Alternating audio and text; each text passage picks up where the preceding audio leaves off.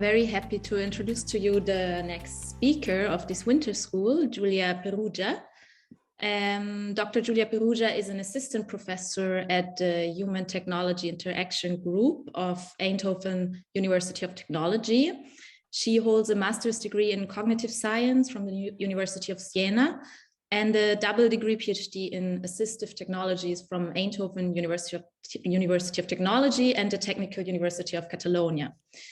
In her work, she is interested in studying how people's perceptions and affective states in the interaction with robots can be measured through the interaction itself, and whether and how the design of an interaction with social robots could reproduce biases and stereotypes existing in society at large.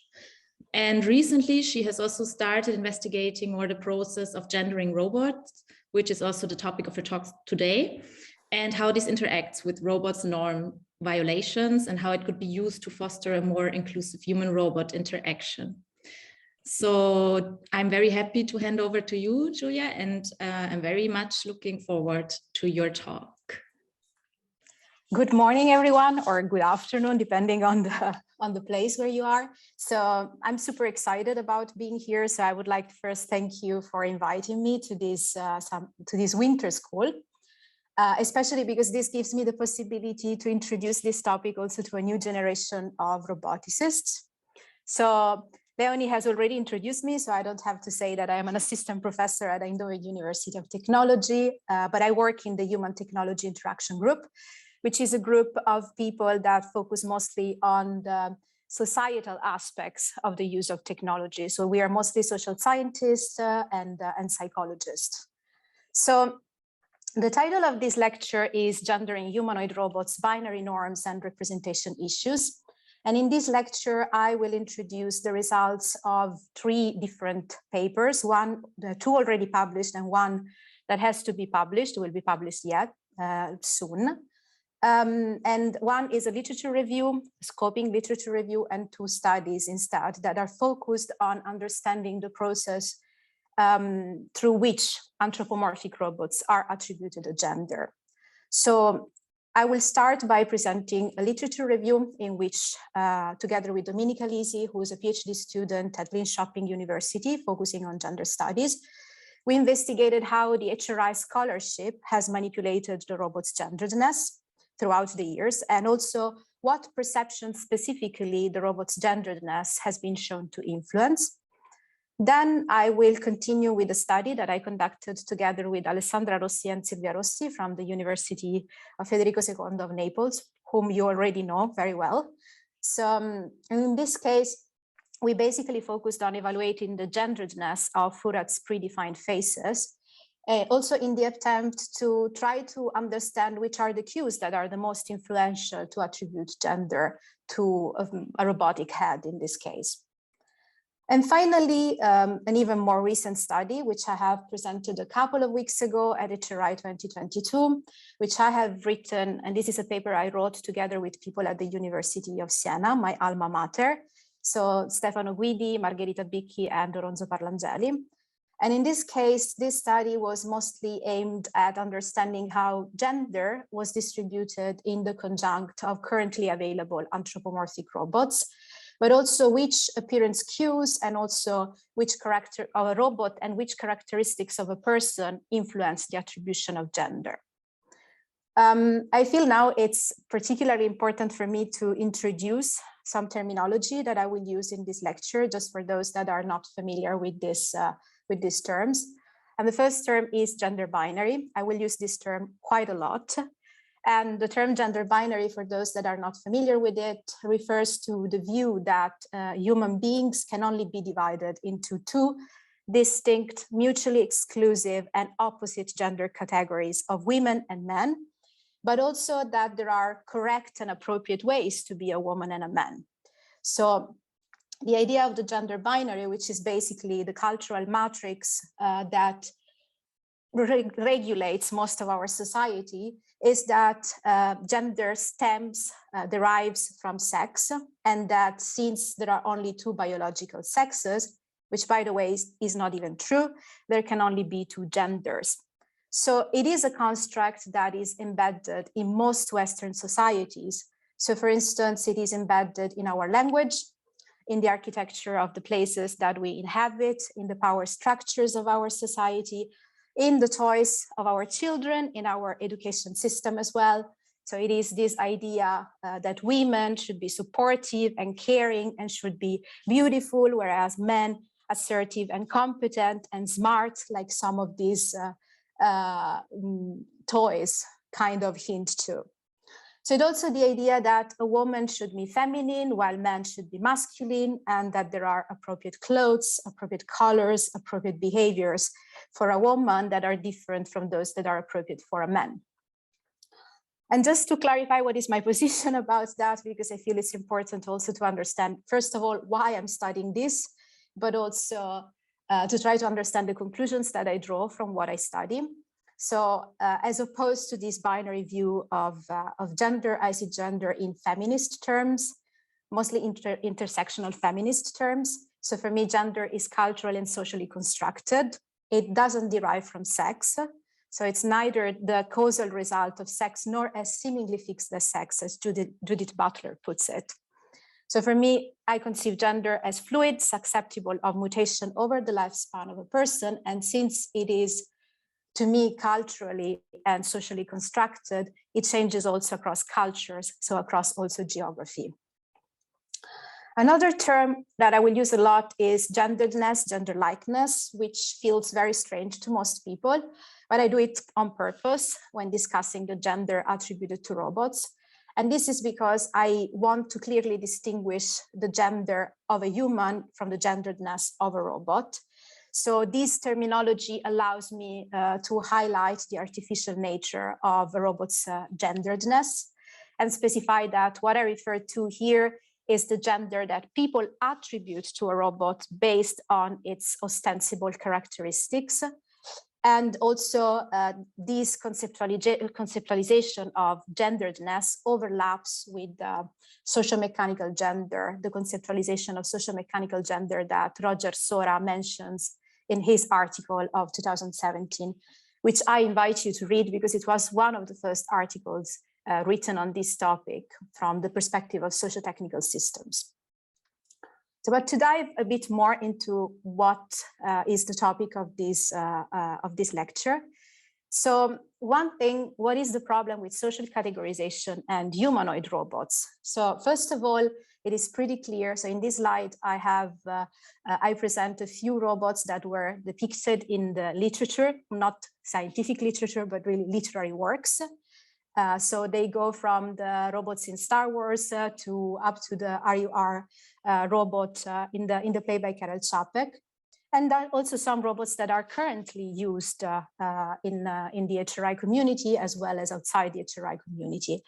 And this is because robots have been often shaped after humans throughout the time. And it is enough to also perform a very quick search on Google Images to figure out that humanoid form is actually the preferred form for social robots. So the imitation of human form has also several advantages for the human-robot interaction because it allows robots to move with ease in environments that are otherwise designed mostly for humans. It also allows us to interact naturally with robots because this interaction is not something that we have to learn from scratch because it's based on what we do every single day with our conspecifics with other humans. And it's also known that humanoid robots, or at least human-like robots, increase the perception of likability, at least until they become extremely realistic and fall in the uncanny valley. But the use of humanoid robots or the design of robots in the likes of humans has also other important implications. And one of these implications is that humanoid robots are more exposed than other types of robots to social categorization. For those that are not familiar with this term, social categorization in social psychology is basically the attribution of social categories to an individual, in this case, an artificial agent. So we are talking about the attribution of gender, the attribution of age, or the attribution of race. So what's the problem with social categorization in terms of when it is applied to humanoid robots? So what makes the genderedness of robots particularly problematic is the fact that it doesn't, as it does for humans, come from someone's perceptions of oneself. So it's not the result of someone's own identity, but it is a design choice. So the gender cues that upon which we base our attribution of gender to robots are basically designed and devised by other humans. So before starting this work, I started hypothesizing potential issues of representation that I could encounter and I could test through my studies, and I have identified mainly three. So the first issue of representation is that humanoid robots designs are likely to be influenced by gender binary norms. So since robots are artificially imbued with gender cues by other humans, they end up embodying the understanding of gender of those humans. So without a proper education to gender issues, this understanding is likely informed by the gender binary. So it's likely to replicate stereotypes existing in society. And this is, for instance, what Robertson, who was one of the first scholars trying to explore this topic already in 2010, noted when studying how roboticists attributed gender to humanoid robots in Japan. And what she said was, in my investigation of the criteria by which roboticists assign gender, it became clear that their naive and reflexive assumptions about humans' differences informed how they imagined both the bodies and the social performances of their creations. The second issue of representation is that humanoid robots designs might replicate the characteristics of their designers. So, and this is by virtue of anthropomorphism. So similar to how we attribute anthropomorphic characteristics to the robots we interact with, we tend to attribute our characteristics to the robots that we design, or in general to our creations. So this is also something that might happen in artistic endeavor. So already in 6 before Christ, Xenophanes had noted that Greek gods were invariably fairly skinned and blue-eyed, whereas African gods were dark-skinned and dark-eyed. But what is the problem in terms of robotics is that roboticists are quite a homogeneous group of people. So they are homogeneous, especially in terms of ethnicity and in terms of gender, which means that there is a risk that they might transfer their traits into the humanoid robots they build. So it might be that the conjunct of humanoid robots might not be diverse enough as a result of this process. And finally, a third issue of representation, which is that not only the design of robots, but also the attribution of gender to humanoid robots might be influenced by gender binary norms. So oftentimes in my work, I describe this, the genderedness, the process of attributing gender to humanoid robots as a two-step process of gender encoding, in which basically designers imbue robots with gender cues, and then gender decoding, in which observers attribute gender to a robot based on these cues. And I argue here that the gender binary can influence both phases of this process. So not only can roboticists imbue gender cues into robots based on their naive understanding of gender, but also, since the gender binary is the hegemonic framework through which we interpret our world, then eventually also users can attribute gender based on this binary view. So in my work, I have addressed these issues of representation, not exactly like directly, but I have found some evidence of these issues. So I will get back to this at the end of the lecture. But I have addressed, but also especially, and I would say also almost exclusively in relation to the robot's appearance. So without really taking into account yet the behavior of the robot. So what happens when we have like a very first perception, very first impression of a robot based on its appearance. So what I would like to do now is to basically describe a bit the work that I've been doing in the last year and a half. And this work basically addresses 4 questions. So first of all, how did HRI researchers manipulate a robot's genderedness? Second, what constructs does the robot's genderedness influence? Also, how do people attribute gender to robots? And finally, how is gender distributed in the conjunct of humanoid robots? And I will start with the very first question. So how the HRI researchers manipulated robots' genderedness. So with Domenica Lisi, who's a scholar, actually a PhD student, but has a lot of expertise in gender studies, a master's degree in gender studies, we performed a scoping review that is not yet published. So I know that what I'm doing is a bit risky, but it serves the purpose. So we have performed this scoping review, and in this review we have included 35 papers that were published between 2005 and 2021. And in these papers, the attribution of the genderedness of a robot, of a humanoid robot, was manipulated.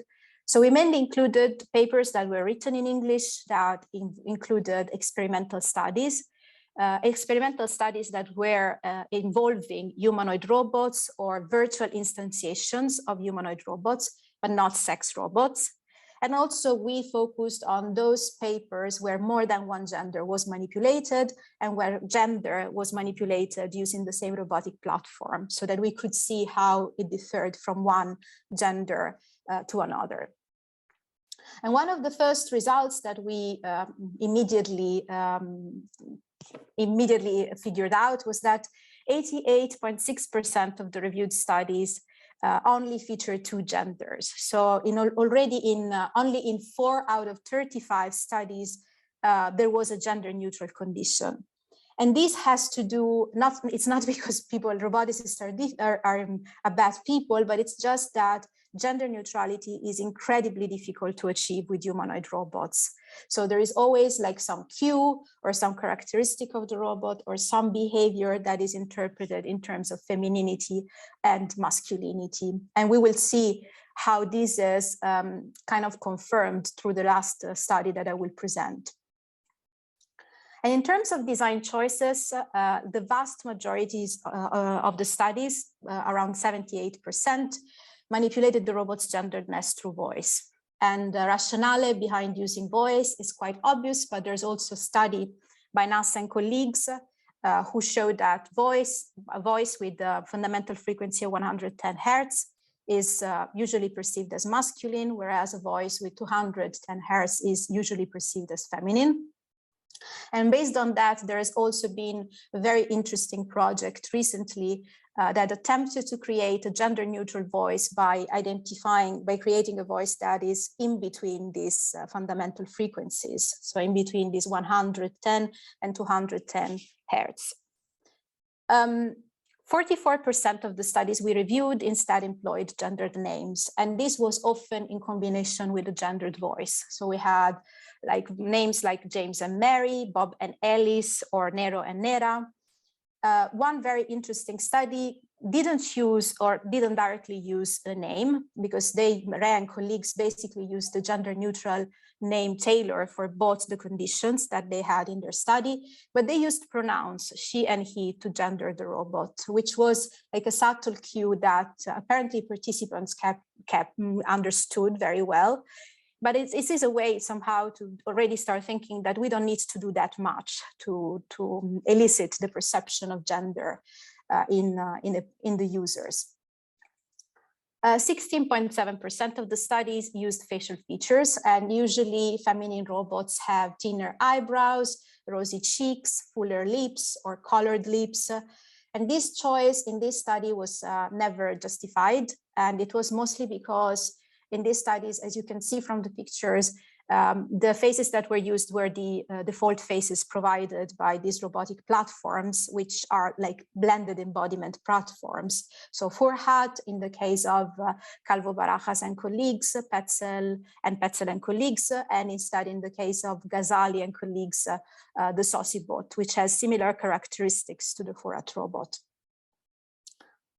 In 8.3% of the studies, the authors used clothes, and most of the clothes they used were stereotypically colored. So blue for male robots and pink for female robots. So for instance, in the case of Eindhoven and the Graf, they used like a tie, a blue tie and a pink scarf. And in the case of Tellman and colleagues, they used this like pink ribbon and this blue white dotted bow tie. And also here have been used to manipulate the robot's genderedness. So, and in 5.6% of the studies, but in this case, it's just Eisel and Egel that justify the choice. And they mentioned 2 papers by Brown and Perret and Barton and colleagues as the rationale behind using hair to manipulate the robot's genderedness.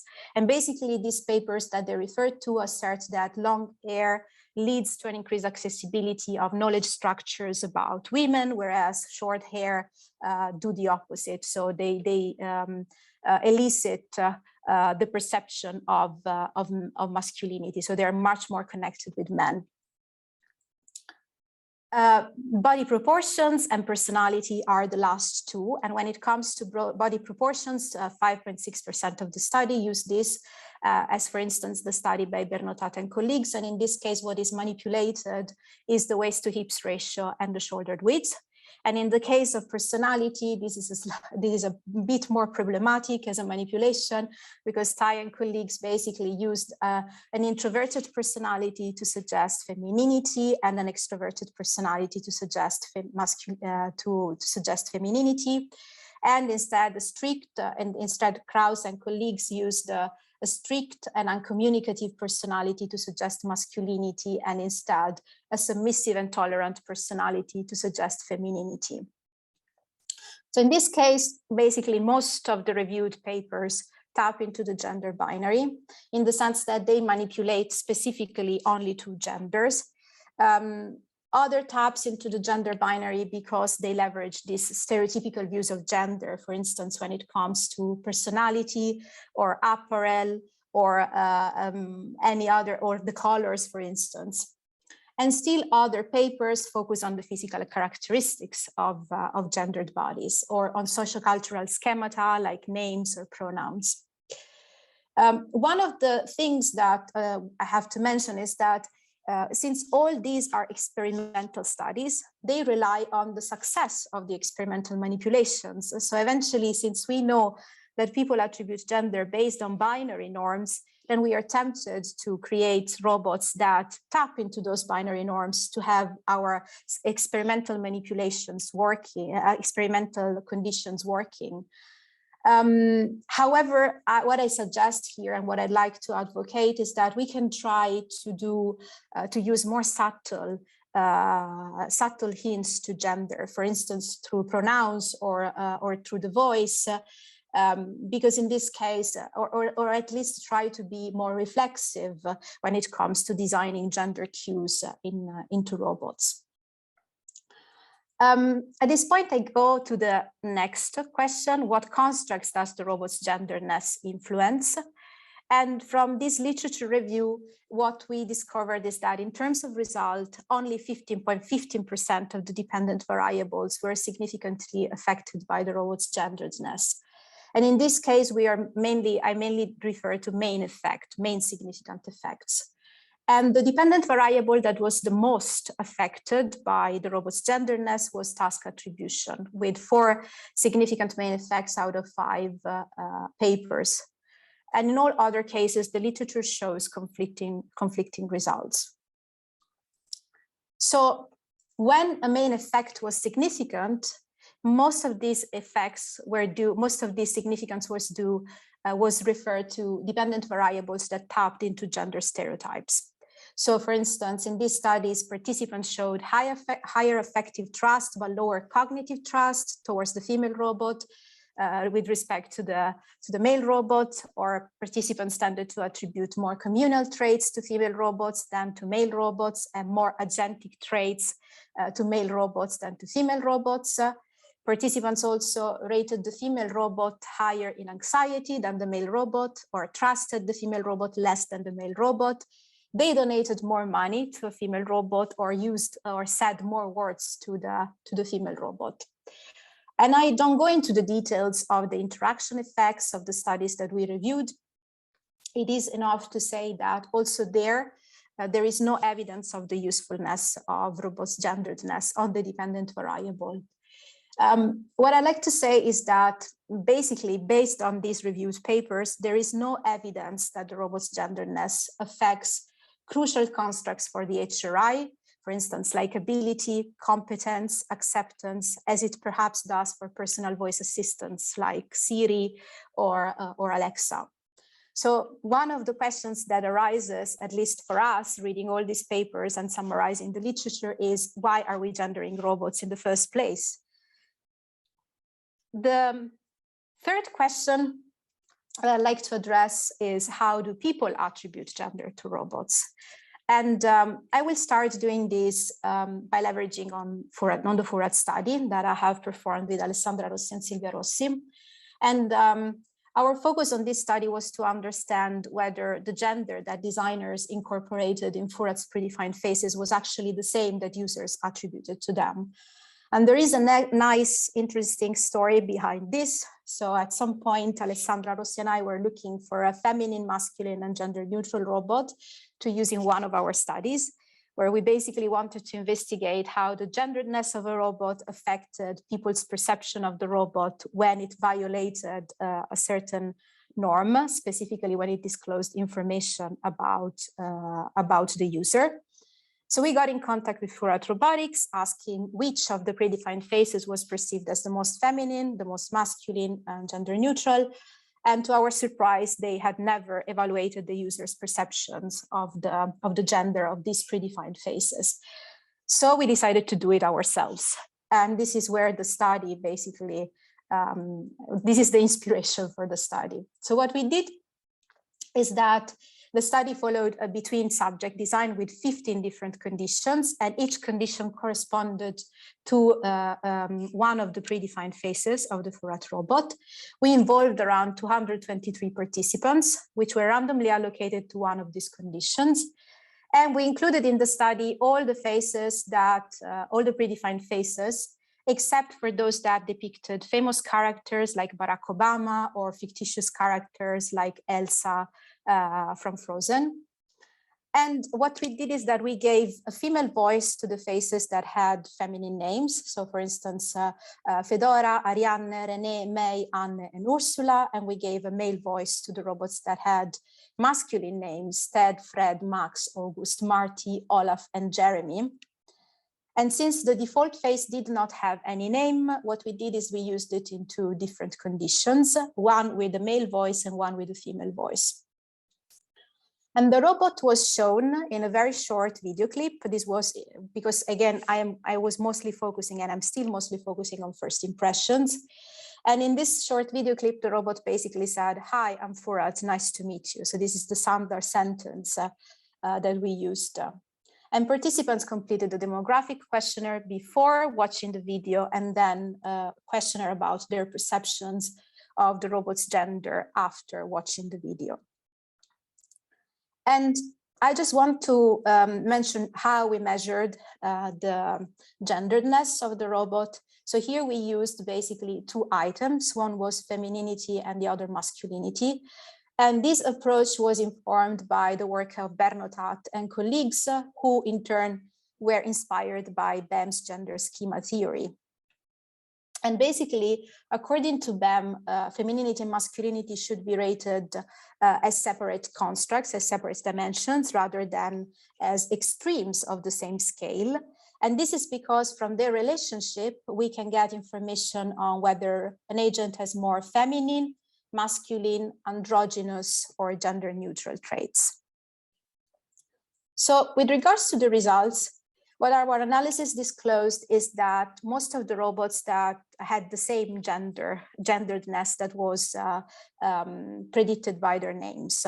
So Fedora, Arianne, Renee, May, Anne, and Ursula were perceived as mostly feminine, whereas Fred, Max, August, Marty, Olaf, and Jeremy were perceived as masculine. There was, however, one result that drew my attention, and this was the Ted So only one robot constituted the exception to these clear-cut results, and that was Ted. So Ted did not differ in terms of masculinity and in terms of femininity from most of the feminine robots, in spite of having a male voice. So if we look at the plots here, what you can clearly see is that the robots, the perceived masculinity and femininity of Ted was very close to the central values of femininity and masculinity, this 4-4 score.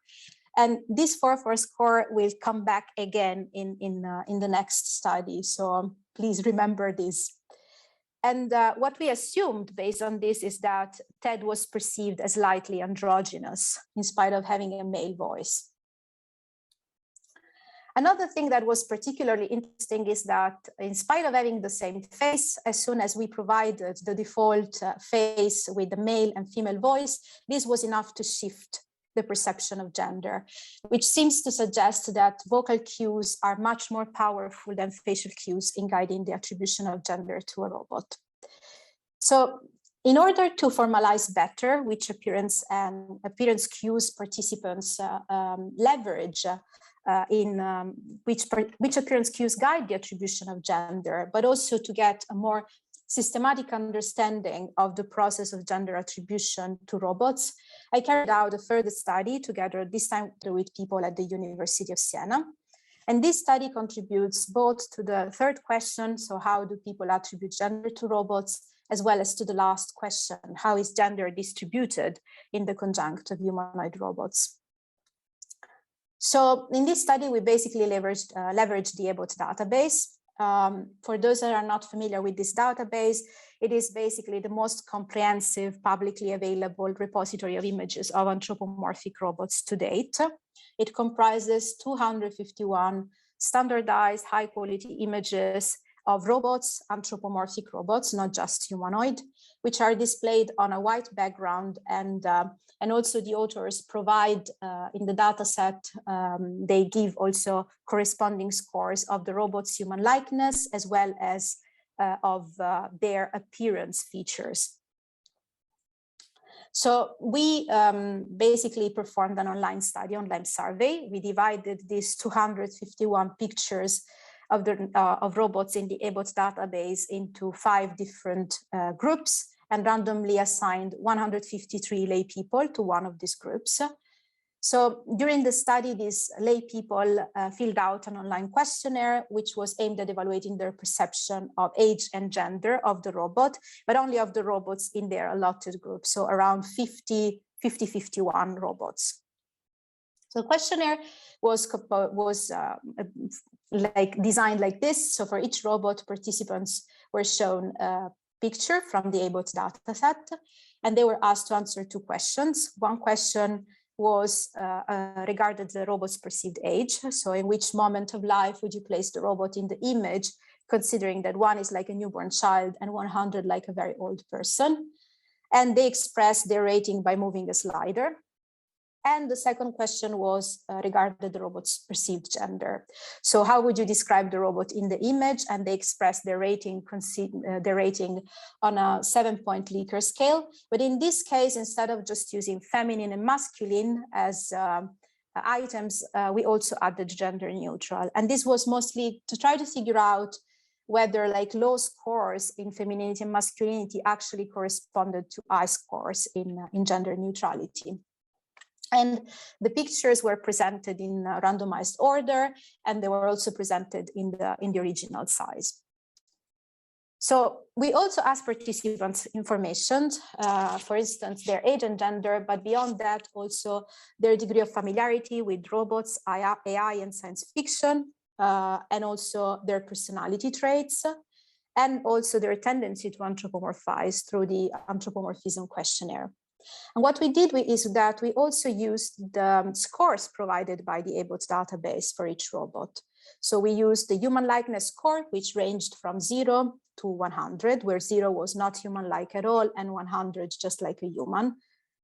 And we also used the scores provided, the appearance scores, which basically rated the presence or absence of body manipulators, surface look features, and also facial features. And these range from 0 to 1, where basically 0 was none of the defining features is present, and 1, all the defining features were present. So one of the first results is that what we discovered was that, first of all, it is very difficult for participants to rate the gender of a robot. So at the level of each observer, the judgment of gender and age had very poor reliability.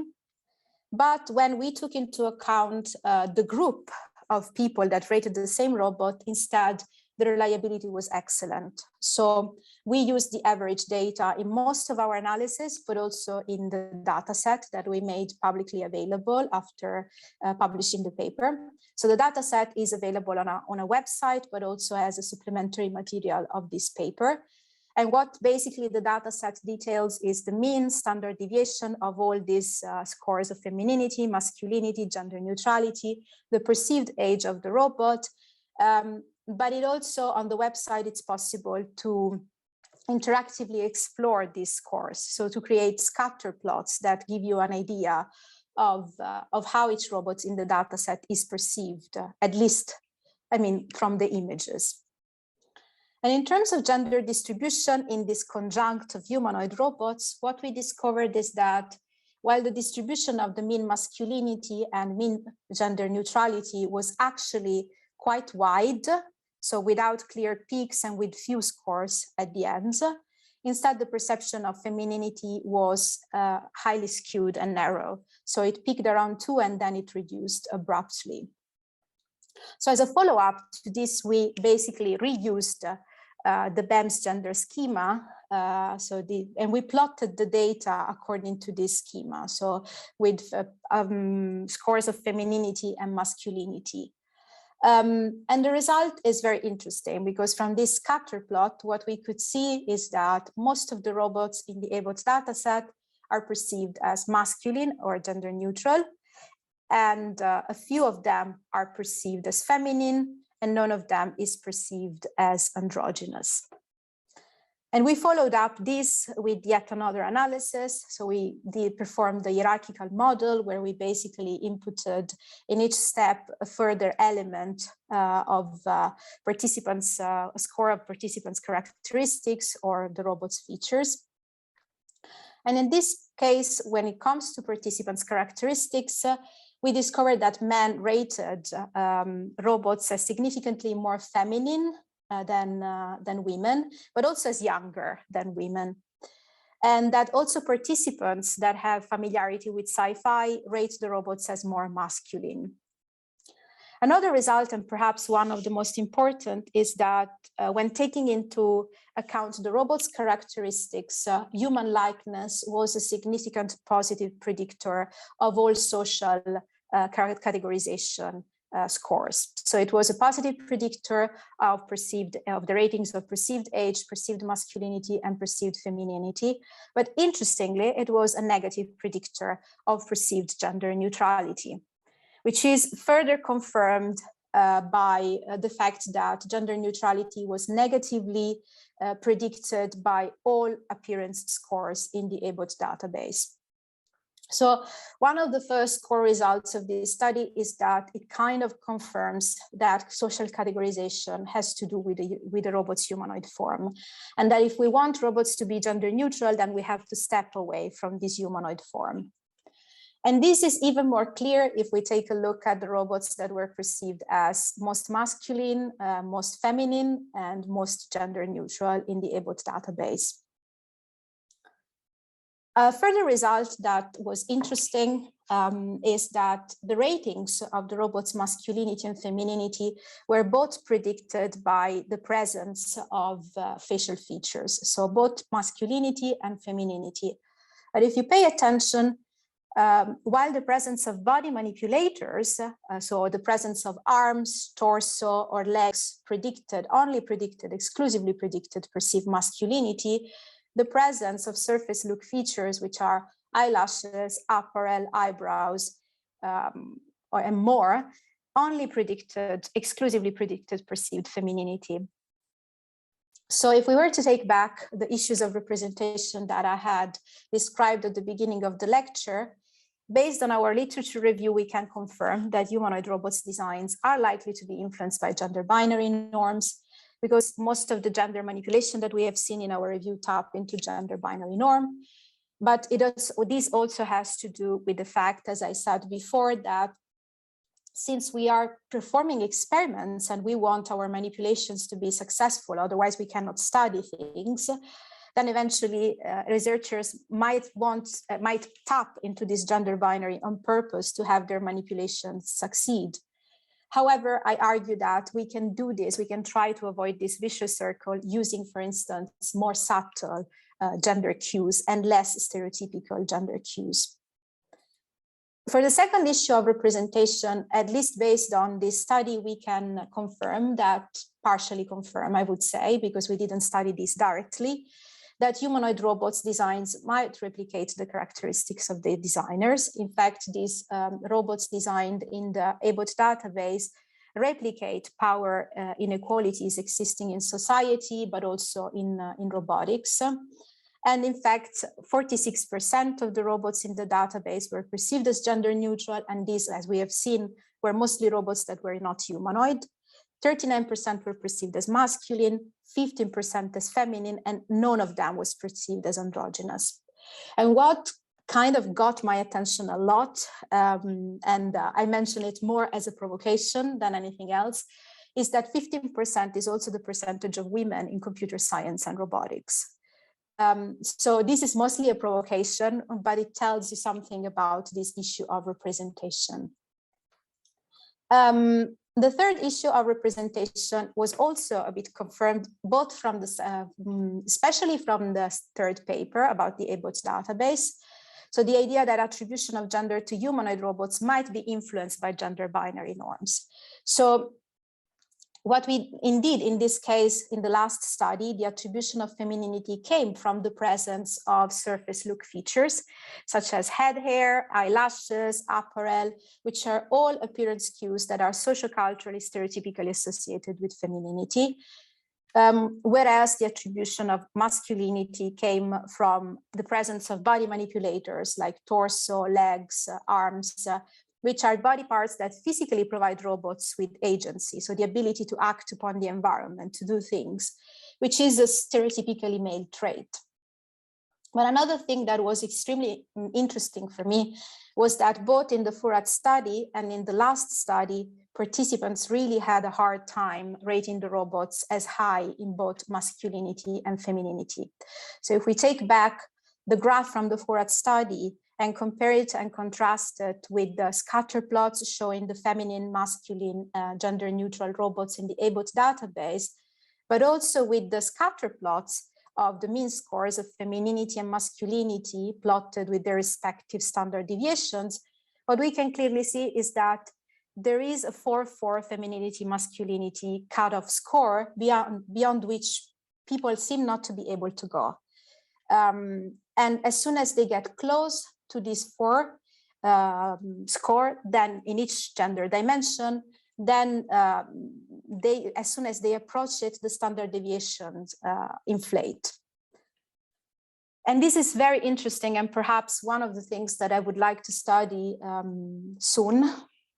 But to conclude, I mean, I get asked oftentimes, especially after I published this paper, if I would advise roboticists to design more feminine and androgynous robots to compensate for this lack of diversity in robots design.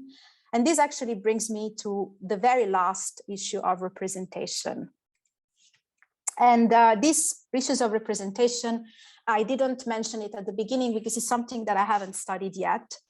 But I basically took it, it was suggested by Sparrow in his talk at RoboPhilosophy in 2020, where he basically argued that humanoid robots function as icons, signs, and for those that are not familiar with semiotics, an icon is a sign whose signifier, the form that it takes, in this case, the humanoid form, imitates the signifier, the concept to which it refers, so in this case, humans.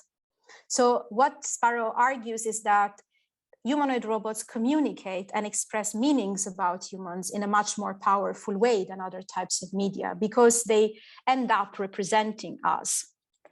So if humanoid robots symbolically represent humans, then we need to understand what the interactions with them symbolically represent, and how social categories such as gender, but also race, change this representative and symbolic meaning. So for instance, what is the symbolic meaning of bullying a feminine robot? So does it change if the bully is a man or a woman? Does it change if the feminine robot is childlike? And besides that, Alesic and Rigby also note that feminine robots are designed as caretakers, house cleaners, child minders, all roles that are loaded with plenty of stereotypes. And gender stereotypical robots might elicit more positive perceptions because they tap into a binary model of the world that we are familiar with, and we like things that we are familiar with, but they are highly problematic for their societal implications. And what I mean to suggest with this last part is that even if we had an equal distribution of masculine, feminine, gender neutral, androgynous robots, even if we succeeded to escape the gender binary in the design and in the perception of humanoid robots, we would still need to discuss the tasks, the contexts, the type of interactions in which these robots operate, to be sure that the HRI that they are involved in is actually equitous. And this is the really last slide of the guest lecture, but I'd like to conclude with some positive remark. So I'd like to conclude by proposing a few ways to solve the issues that I have identified. So first of all, in general, this is a call to all roboticists: try to make the design processes of humanoid robots more reflexive. So try to think why you're using that. Is there really a need to gender the robot, but also more inclusive of the perspectives of different stakeholders. Also, leverage on the possibility that these robots offer to design and devise gender cues to promote gender utopias. So challenge gender stereotypes, design genderless or gender fluid robots. So study really the attribution of gender so that this is possible. At least this is why I'm doing all this for. Also involve transgender, gender fluid, non-binary, and gender non-conforming people, and not just cisgender folks in the design of humanoid robots. And this can be done by having them in your team and use participatory design practices. And finally, the last thing is make the robotics community more diverse. So if the community becomes more diverse, then the robots will follow. So thank you very much. I hope now there is a little bit of time to answer questions. And if you have questions that I don't manage to answer now, then you can drop me an email or write me on Twitter.